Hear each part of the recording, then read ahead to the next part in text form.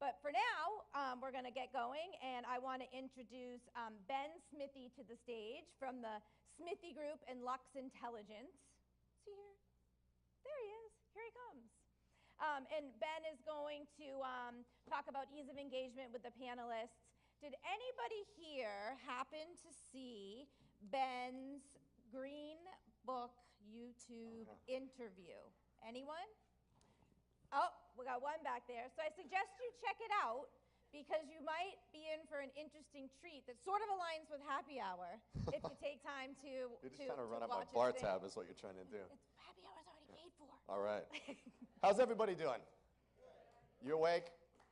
All right, excellent. You guys ready to get shit real?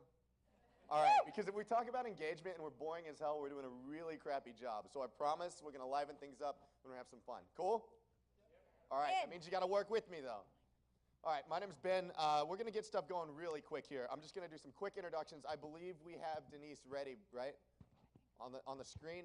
Excellent. So our first panelist, I barely made it out of New York to be here. She unfortunately did not make it out of Northern Virginia, so she's joining us live via satellite real-time connection. Denise Brien from AOL. She's AOL's Senior Director of Consumer Analytics and Research and responsible for bringing all the voice of consumer to decision makers in products, marketing, and sales. She's worked in market research for 15 years and has an extensive experience leading to custom quant and qual research. And she's also, in her free time, immediately regretting all of her decisions to enter adventure races like Tough Mudder, which she said she, quotes, never hopes to do again, and Ragnar Relays, which I don't think this is a typo, including a 190 mile running relay in Hawaii later this year. I could think of many other things, Denise, to do in Hawaii other than running 190 miles. But thank you. Let's welcome Denise to our panel. Next up, live in person, in the flesh, Mr. Dave Carruthers from VoxPopMe. Dave, come on up. Dave's been involved with the technology startup since MySpace was a thing. MySpace. All right. I heard it's coming back. It's making a resurgence. You can be in my top 8. It's good to know.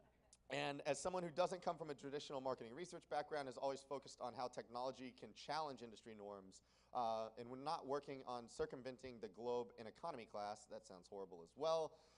He can be found teaching his 3 daughters how to skateboard, and at home is severely outnumbered, which may be why he is constantly traveling. And finally, so welcome Dave, please. One more round of applause for Dave. And last but certainly not least, please come up to the stage, Mr. Jonathan Price from Virtual Incentives. Jonathan is a pioneer in the incentive and prepaid card industry. He led Virtual Incentives to develop the premier virtual Visa and e-gift card platform. His depth of experience includes leadership roles with American Express, J. Walter Thompson, an experience that lent itself well to developing Virtual Incentives' innovative technology. It works with hundreds of market research companies, many of you whom are in the crowd. So please, one more round for my panelists, and let's get going. All right, engagement. Let's talk about, give me the #1 thing right now that your businesses are doing to better increase this thing that we're talking about called respondent engagement, participant engagement, human engagement, right? What's the #1 thing that your company is doing to bring to the table in innovating this space and helping companies like AOL and Denise's company do better research? Let's start with Jonathan. Sure. So the easy and first answer is just the speed of delivery. We have seen that just the #1 indicator of respondent satisfaction is how quickly they're getting that reward. Now, there may be a loyalty points program that there is some duration before they get that reward, but when you have deemed that they have earned that reward, what's the lag time? And how quickly is it? Because the technology exists today, and I think Chuck did a good job of talking about the excitement of digital delivery and using his Apple Watch to pay for Starbucks in store immediately.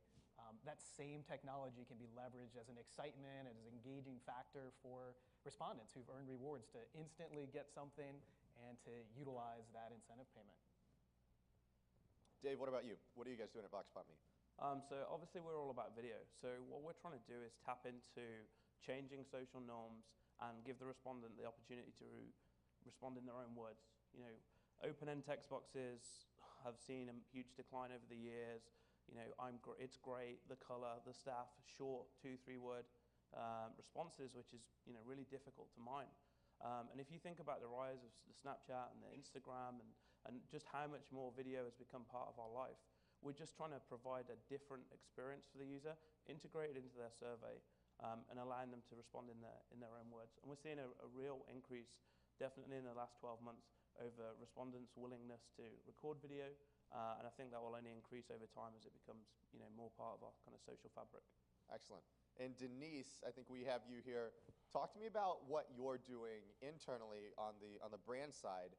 You know, what are the things you're doing to ensure that you guys are, you know, you're obviously leveraging good sample, you're utilizing good techniques, but what are you guys doing to make sure that you are getting the engagement that you want in order to get the data that you need? You guys are an entertainment specialist, a content specialist. What are you guys doing to make sure that you're getting good content? Sure. So I caught a little bit of the last session, and obviously one of the big things is mobile. I mean, we look at our traffic patterns. We see that 60% of our audiences are hitting us via mobile, and we know from research we've done that 70% of the time that's at home, basically sitting on their couch in what we call me time. So we're certainly making sure, for example, on our proprietary consumer panel, that everything is very mobile optimized, very easy for people to be able to participate exactly in the moment when they're ready to talk to us about whatever they want to give us their feedback on. And then, you know, we also use some techniques we've learned from content research. For example, people really love to be surprised and delighted, and they really hate repetition. So when we're thinking about things that we're doing in our panel, we're really making sure that we are using new question formats, that we're using better visual formats, that we're not asking our panelists to give us the same information all the time, which is something that, you know, we really worry about. But we just know, you know, just like they get bored if they see the same story on AOL.com or Huffington Post every day, they're going to be really bored if they see the exact same questions in our panel every day. So those are a couple of things that we're doing to try to keep them engaged. So it seems like, based on these answers, that we're doing everything in a tremendous way to keep respondents engaged in all of our research. So we created this little awesome video I think we have to play to show just how well we're doing with that.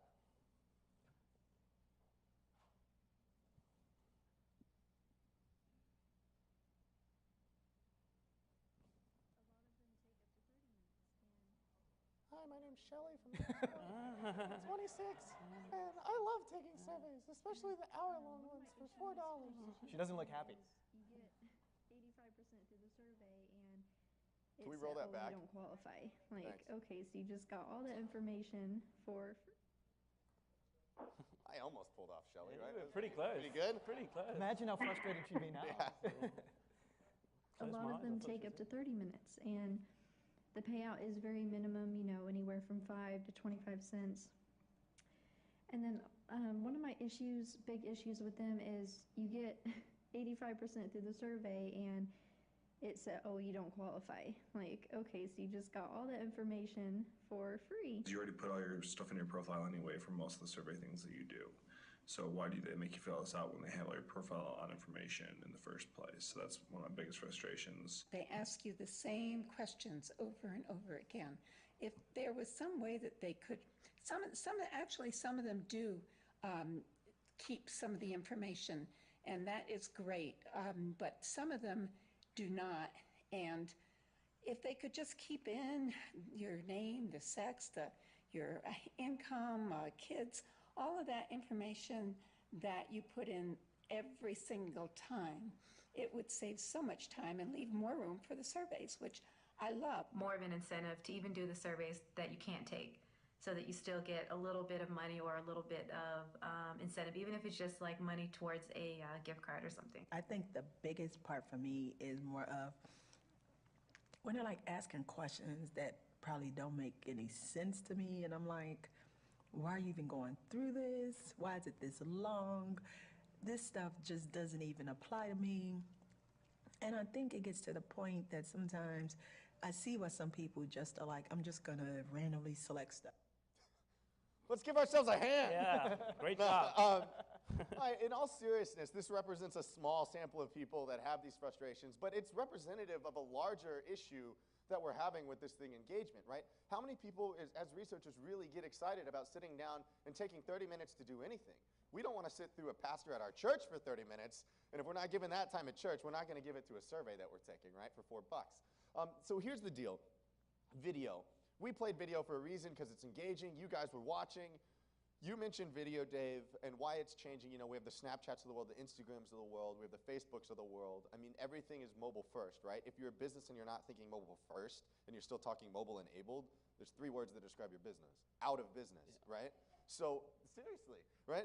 So Dave, talk to me about why video. Like, how is that really changing the game within the research space? Why is integrating video in these surveys and in quant really change the game for engagement? We see what it does for the data side, but what does it do for engagement?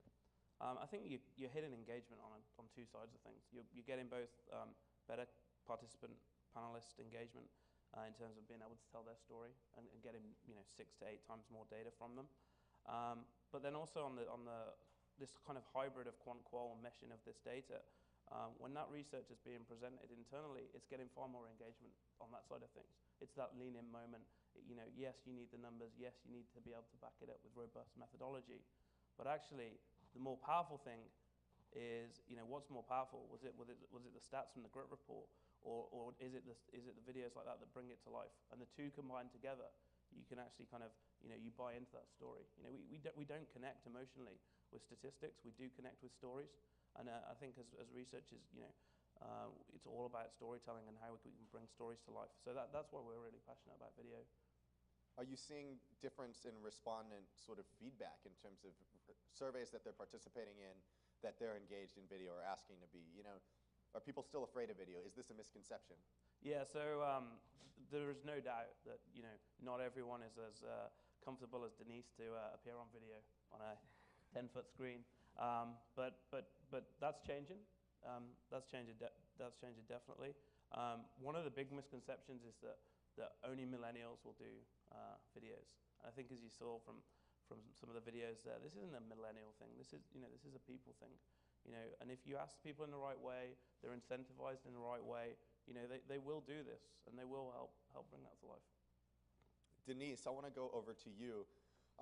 Talk to me about, as a research, I hate the term, but as a research buyer, right? As someone that secures research suppliers to execute your needs. How are you evaluating the ability? How does engagement come into play when you're making these supplier decisions? Like, what are you evaluating? How have things changed over time? And especially today, what are the things that you're looking for in the partners that you choose, purely based from an engagement standpoint, from an incentivization standpoint, all of that?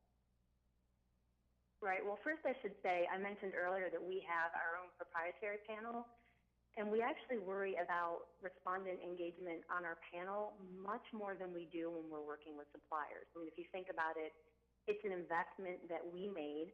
A lot of these people we actually have on our panel because they're users of our AOL brands. And so again, it's really, really important for us to make sure that their entire brand experience is good and consistent. And the worst thing possible for us would be to have one of our brands like Engadget come back to us and say, someone who uses our site all the time took one of your surveys and it was awful. So we really care quite a bit about engagement when it comes to our panel. But to be completely candid, when we're talking about buying sample, when we're talking about working with full service research providers, we've got other things on our mind. Engagement is one of them, but turnaround time, cost, and then sort of quality, truth, validity. Now, all of those things, especially turnaround time and validity or truth, those are going to be better when we have really strong engagement. But, speaking the language that is really important to us who are making those purchase decisions, I need to know from the partners that I'm working with how they can prove to me that the engagement that they've got is actually going to make me get my results faster and make sure that I can actually really, really trust those results. So again, it's not that engagement's not important, and I don't want to be the bad client that kind of makes the issues in the industry worse by saying I don't care about engagement, because I do, but I'm not going to, I really need to make sure that I'm getting the turnaround time, that I'm getting the better data, and sorry, my computer screen just went away, so Anyway, so those are the things that I'm thinking about in addition to engagement. What about for your internal, your proprietary panels? Are there certain things that you're doing and evolving over time, or certain directions that you're going and planning for the future in terms of making sure that that satisfaction and you're not getting people coming back to Engadget or HuffPost saying, oh man, I took that thing and it's annoying me or opt me out, things like that? Yeah, absolutely. I mean, it's been an evolution. This wasn't the first time we tried to build a panel, and then in the second go-round, we're constantly adding new ways of incentivizing people, doing it quicker. In the video, people talked about being really frustrated to take surveys, get screened out, a fair way in, and then not receive anything.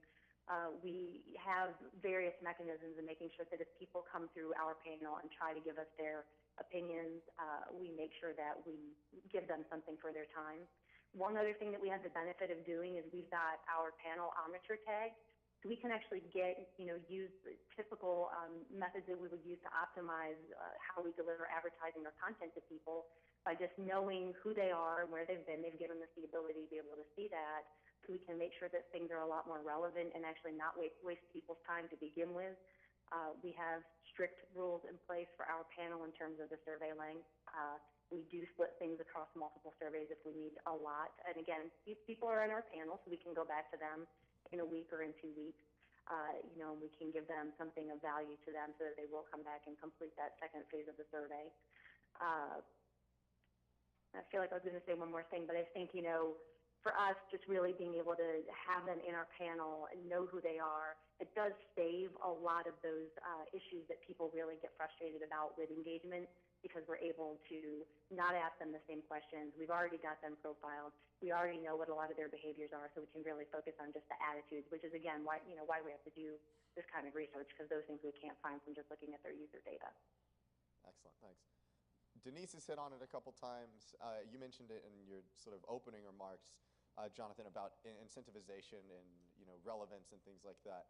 How are incentives not just the necessary evil of the group, right, in the room? What is the real power of it, and what are you guys really doing? Talk to me about it. It seems to a lot of people it's just like, oh, it's the incentive, it's this, this, and this. We need to solve for it. Let's just give them more money, right?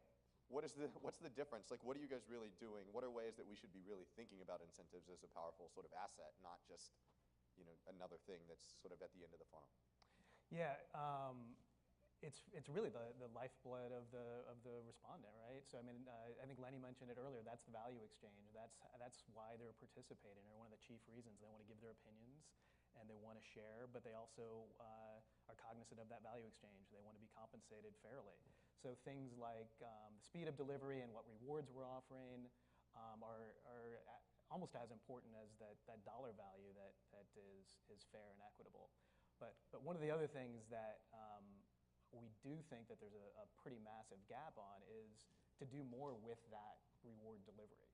So much it is thought of as just that, an afterthought. It's, oh, by the way, we have to pay these people because we told them, or they reached a certain level, that necessary evil. But this should be like the excitement point and really just a huge, valuable touch point for engagement. I mean, this is the point, this is the media that we're providing that's delivering the incentive. So that's when they're most captivated. So big opportunities to reinforce why they participated. Any other objectives that you want to accomplish, whether that's referrals or social shares or populating that email or within the mobile app, what their point balance is. I mean, when are they going to be more interested, excited than when you're giving them money? Right, and you mentioned about relevance and sort of not only just speed of delivery, but the relevant delivery. And especially when we get, we talked before the conference, obviously, and one of the sort of aspects and the facets of relevance was the sort of global nature and the global economy and the global business today. Talk to me about relevance in that sense and what you guys are doing. Yeah, so we've put a big investment in global, and just to put it bluntly, I mean, I think we need to treat our global panelists in the exact same way that we're treating our domestic ones, so that their payment in terms of speed of delivery and the choices and the cultural relevance, so those are all really critical things. So language, currency, all things that are really valuable so that they're not thought of as an afterthought or getting a secondary treatment in terms of their incentive payment. So so I don't want like a US-based only retail store gift card when I'm sitting in China taking my survey. Exactly. Right? And oh, by the way, I'll get it 2 weeks from now, 4 weeks from now at best. Exactly. I mean, it's just another element of taking advantage of the existing technology, particularly with digital delivery. You don't have to worry about the speed of delivery because it's as instant as is domestic. Any things that you can share within your panel and what you're using, how you're using incentives, Dave? Because I know you guys work together, you guys have partnered up and doing things together. What are you guys doing at VoxPopMe for that? Yeah, so we've seen a couple of different things. I mean, we have two kind of incentive models. Users of our app earn cash once they get to a balance, which is about $15. They just cash out through PayPal, so it's kind of quite a quick method. But we actually, for studies outside of our app, we've actually been working with virtual incentives on kind of incentivizing users with gift cards and kind of around about the $5 mark to do 5-minute survey plus a video is what we're seeing. We actually saw about 105% increase in engagement when we switched from a gift card to just a cash incentive because it was an instantaneous kind of delivered there. They had the choice of multiple vendors. So yeah, for us, I think we all live in this world now where we need instant gratification. We're in New Orleans, so I guess you can get that. But yeah, I think respondents, they want here and now, and I think so much of this, is going towards building points and getting opted out, and to keep people engaged now, and to keep serving them that kind of poor survey design and long surveys, they're just going to churn. And obviously, if you can't retain them, the cost of acquisition is so much higher than the cost of retention, and that's a big problem. Denise, any other things? Talk to me about some of the stuff that you have your eyes on. You're probably, as a brand that's as well known as AOL, you're getting pitched and courted by a million different technologies, a million different new solutions and things like that. Are there any things that have sort of trends in the industry or things that you have your focus on right now as someone that's a client in the industry? Are there things that you're looking toward? Are there things that you have your eye on for the future, or things that kind of have your focus right now? Sure, probably nothing too revelatory. We are trying to do a lot more with mobile, with video, within the moment. We are trying to remember that sometimes, someone mentioned this in the earlier session, like sometimes we don't need to talk to 1,000 people. We need to talk to 30 really fantastic, really articulate and insightful people. And so we're using a lot of those tools that allow you to do video in the moment type research, and a lot more than we were a year ago.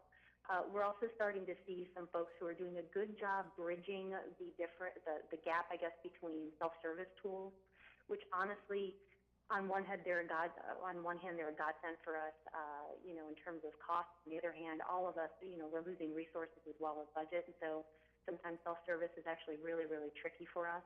I've had it happen before where we've signed up to use a self-service platform, only to actually not ever have time to use it. And so there's a couple partners that we're working with that are doing a pretty good job providing us some level of self-service, but also really great account reps that help us actually get the most out of the platform and at times jump in and help us move things forward. And again, I think we're certainly willing to pay somewhere in between, self-service and having some help to help us extend our bandwidth and get those things done.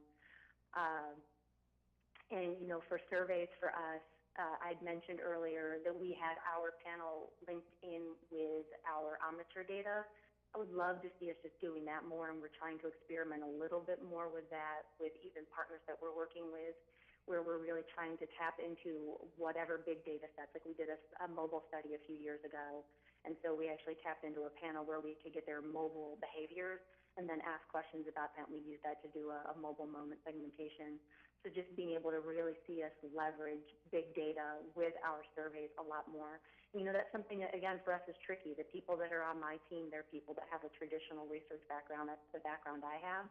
We're not really the people that are used to dealing in that big of data sets, and so that's certainly something that we would like to have help with, but that's also something that we're trying to do more with, again, so that we can actually, what we want to do is talk to our internal clients about what we've learned about what's important to people, what their opinions are, and not try to tell them that we surveyed people's behavior, even though we've got better sources of that behavioral information. And you mentioned all the sort of focus now on video and all these other integrations. That's not just even from an engagement standpoint, but we've been talking a lot about quality, right? It seems, my background, I started in the industry in the qualitative standpoint, right? In the qualitative side of the industry. And so it seems when I go to more quant-focused conferences or SampleCon, things like this, we're starting to see this resurgence or this sort of coming of age of qual aspects built into these quantitative sort of metrics and methodologies. How are you seeing that? Do you agree with that? Do you disagree with that? Are you using more sort of aspects of qualitative to engage your panel, to engage sample, to engage in different ways? Are you, what are your thoughts on that?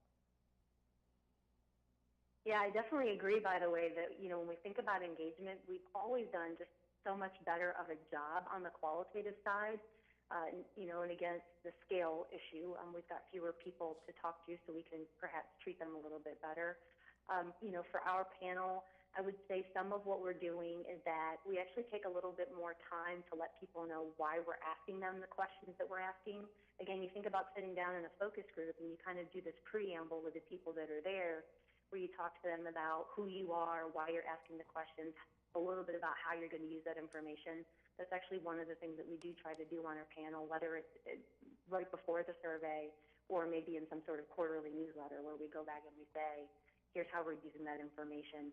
Because I think that, in addition to just incentives, the other reason people give feedback is that they want their opinion to be heard, and they want to know that their opinions aren't falling into a black hole, that it wasn't a complete waste of time.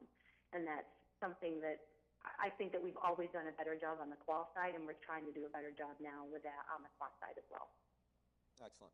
Dave, when you're using, a lot of what you're doing is largely, a lot of the innovation side is on the video integration and the cataloging and everything on the back end. Do you have sort of tips or tricks that you can give us that work better in what Denise was saying in terms of how are you prefacing the use of video? How are you getting people to use it more often outside of just the environment generally becoming more comfortable with video? Yeah, definitely. So I think it starts in a few places. First up, it's about letting the respondent know what they're getting into. Sounds obvious, but some of the people we've worked with, they just like drop the video question into the survey. They haven't mentioned it in the invite. They haven't mentioned it in the kind of opening kind of intro screen on the survey. So all of a sudden they come across this video thing. They've never been asked to do a video as part of an online survey before. They freak out and click skip and stuff. So again, it's about educating the user what's gonna happen. I think on the other side of things, it's also about kind of, if you look at kind of the video use within communities. Again, it's that education. The communities where videos works best is where video's been launched as a question type to that community way in advance of it ever appearing in a survey. So actually kind of engage in that and say, hey, we're launching this question type, telling them why we want video, why what we're going to do with it, so they're properly informed. So it's not a big surprise. So I think that's key. It's communicating kind of what you're asking for and why. I mean, we typically see engagement rates in a average length quant survey of like 5 to 7% of people willing to do video. That can double if you incentivize that. But we're seeing a lot now with CX and VOC is really creeping into market research's space, because all these big companies like Medallia and in Moment and people like that, they're all capturing hundreds of thousands of feedback surveys every month, and they're just going to start building panel off that data. And I think we're seeing that more and more within the industry, how communities are growing. And I don't need to go to a sample provider because I've already got my community of 50,000 customers that I can run a lot of my studies to. So I think that's another big challenge as well. It's how we can integrate and build that kind of better engagement experience. Right. Well, you heard Denise say that most of her focus is a lot of the stuff that she's doing with their own panel and their own proprietary. They have the eyeballs. They have some of the most well-read content sources on the web. Jonathan, what's something that you wish when you're sitting there and your team's sitting there in their office, what are the things that you wish clients would ask you for your input for? What are the things that you wish, like, man, if people would just stop, ordering us to do this, but asked us what they should do on this, what are the things that you could change in their businesses? Yeah, I think I touched on it a little bit, but just to expand, I think just doing more with the reward delivery and leveraging that. It's one of the, my personal missions is to is to utilize that most valuable touch point we have of delivering the incentive to do so much more. And it's something that didn't exist just a few years ago, but with technology and with APIs and with the only limitation being the information that we receive, because that ultimately can help achieve more panel objectives, but also makes the recipient have a much more special, cool experience because it's personalized for them. Are you able to share any examples, they could be somewhat generic if you want to, about what you've seen in case studies of real things that people have done and utilizing that sort of moment where in the incentive sort of delivery? Yeah, so as a sort of a check the box, I mean, having the reward delivered instantaneously is huge. I'll draw from, we do a lot of work with advertising agencies on consumer promotions. That's our other big market in addition to research. But one of the best examples is in automotive. So the old model of taking a test drive and then waiting by the mailbox for your incentive to arrive has been replaced by receiving instantly a digital reward, which can be customized, that tells you not only that, hey, here's your reward, it's available to spend before you leave the dealership, while you're still in the decision process. So not after you've already purchased the car, but then also has the personalization elements of what dealership you went to, what car you were looking at, and then has other helpful links. All these kind of things can be applied to panel companies and research companies in general to help accomplish these other objectives, I think. Excellent. Before we go further, I want to make sure that we open it up and go to questions before we run out of time for questions. So as we're going, before we wrap up, I want to open it up to questions from the audience. Any questions from these guys, or also we have Denise still on the line as well. And if nobody asks a question, I'm just going to start shouting out random facts about ourselves. Excellent. There you go. I definitely understand that incentives and the experience is important for respondent engagement. What about this notion of sharing back results to the community? And does that have any impact in terms of respondent engagement from your perspective? So sharing back results in terms of,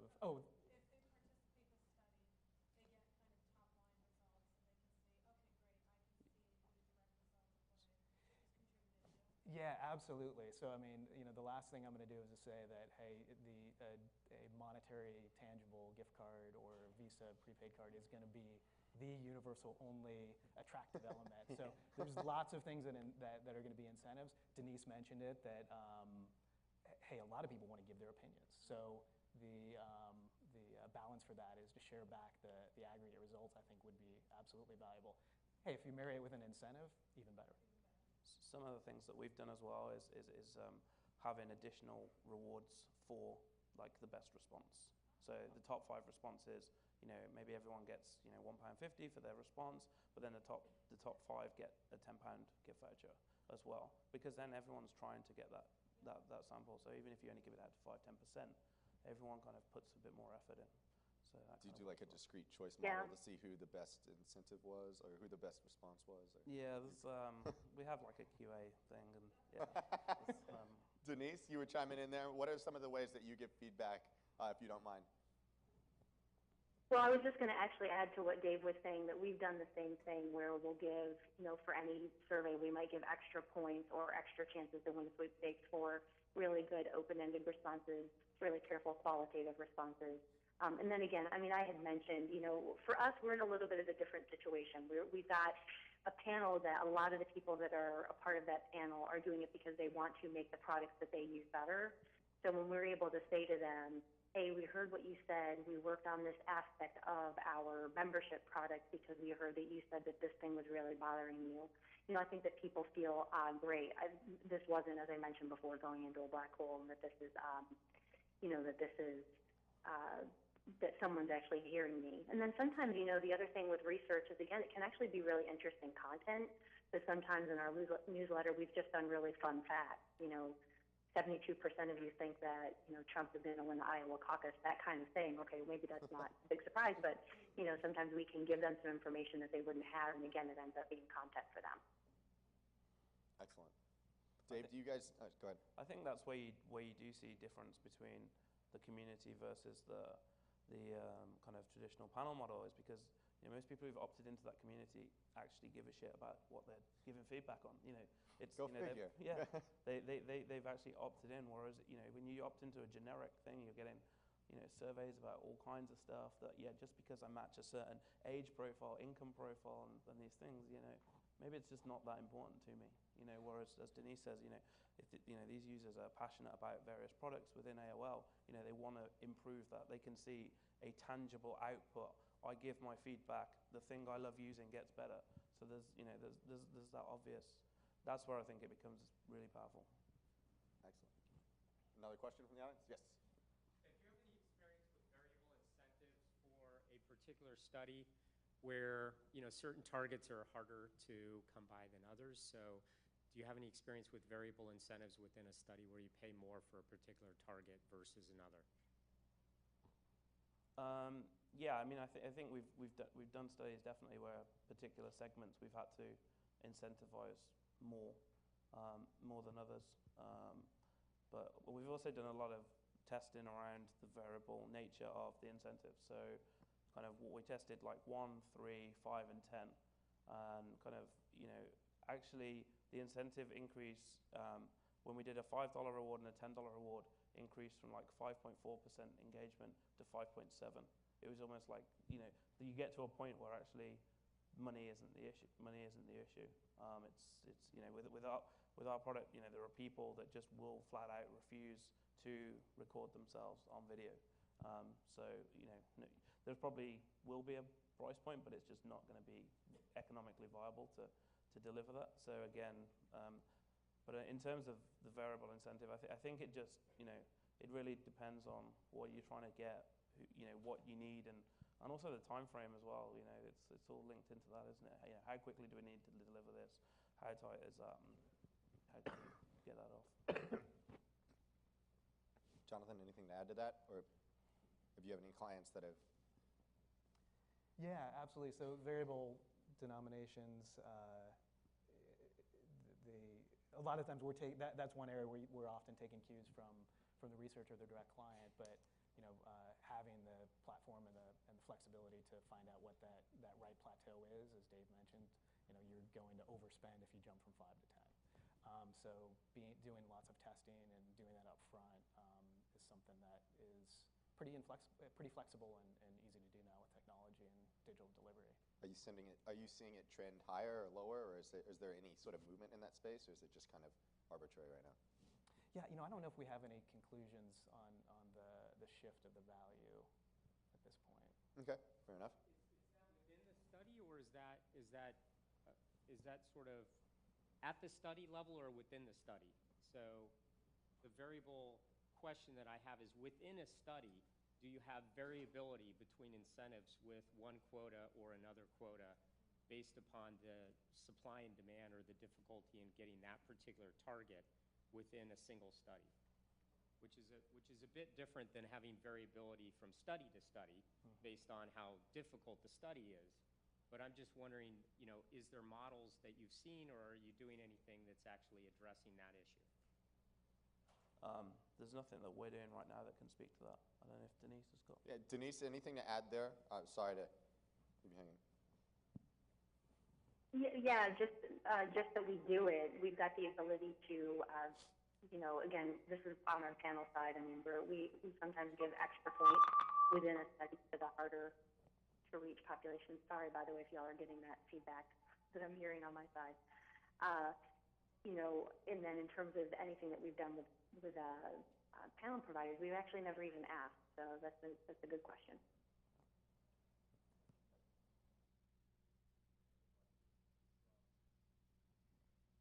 The audience, and I think I lost my mic. No? All right. Any other questions? No more mic for you. Shut up. All right, so then final wrap-up things. What is your last sort of closing remark to leave this group with? We kind of have an open platform. You're on the stage, so they're forced to listen to you unless they turn your mic off. What is your last parting words of wisdom or things? It's like if you could go out and do one thing to impact your business today, given the audience that's in the room, like what are the things like just do this, and this is going to help serve your business better for the long run? Like one small change today, what would it be? I've been coming to these events now for 3 years, relatively new to the industry, but it just seems ridiculous that we're still talking about, getting things to mobile, and we're still talking about length of interview. And I saw the guys, I think SSI presented that the average interview length has gone from 23 minutes down to 19 minutes. It's like, woohoo, great job.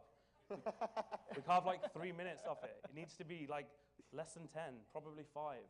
It's just like, I look at my phone, I have a bit of ADD, but I get distracted. A tweet will come in, something will happen. I'm just not going to take that survey. And we've just got to stop putting respondents through these completely bullshit experiences that are just killing us. Right. Absolutely killing us. And if we don't push back to the client, if we don't push back to the client, there will be no panel business. That is going to happen. So we either push back or there will be no business. That's my view. Well, I've got a similar story. So, and again, it's mobile. Mobile's just a crucial element, and I don't think we see enough clients who are focused on it and using it in their evaluation process for incentive suppliers and their incentive delivery. So the same logic of having a mobile experience in surveys should apply to that incentive delivery. And then I'd say one thing in specific that I would do that I don't think enough of any of our clients do is to really understand, much like you're focused on what that respondent experience is for completing the survey, understand exactly what their redemption experience and receiving that incentive payment is. Because not many do. And to just really appreciate what that respondent experience is, good, bad, and indifferent, and how that can be improved, I think there'll be a lot of self-evident things. Excellent. And Denise, parting words of wisdom. Yeah, I wanted to actually build a little bit on what Dave said from the client perspective. He mentioned that suppliers need to push back on clients, and I mostly agree with that, but I would actually say instead of pushing back, propose alternatives. I think we don't want to be part of the problem. As I'd mentioned, we're quite careful with our own proprietary panel about not breaking a rule. Perhaps it's a bad thing that we are not as careful on it when we're working with other panel suppliers, and so that's certainly something we need to work on. Not just pushing back and saying this isn't going to work, but saying to us, here's what we found works better. Here's a way we can help you break this up or ask this question differently. I know in the previous session, people talked about the fact that not all clients like that. And so I can say that for clients like us, we're just so busy that sometimes the thing that we're reacting against is anything that's going to add more time to our day and make it more difficult to get our survey out when we're already behind. When we've got partners that are actually working with us and offering those solutions, they're saying, here's what we could do instead. What do you think of that? We're actually much more open to that dialogue. Because again, I do agree with Dave. I think that it gets much more difficult to put these people through the survey, given that their attention is already so fragmented. They've already got so many things going on. And frankly, their experience everywhere else and all of the other content they're consuming is just so much better than what we've been able to give them on market research side. Excellent. Everyone, please help me thank our panelists, Denise, Dave, and Jonathan.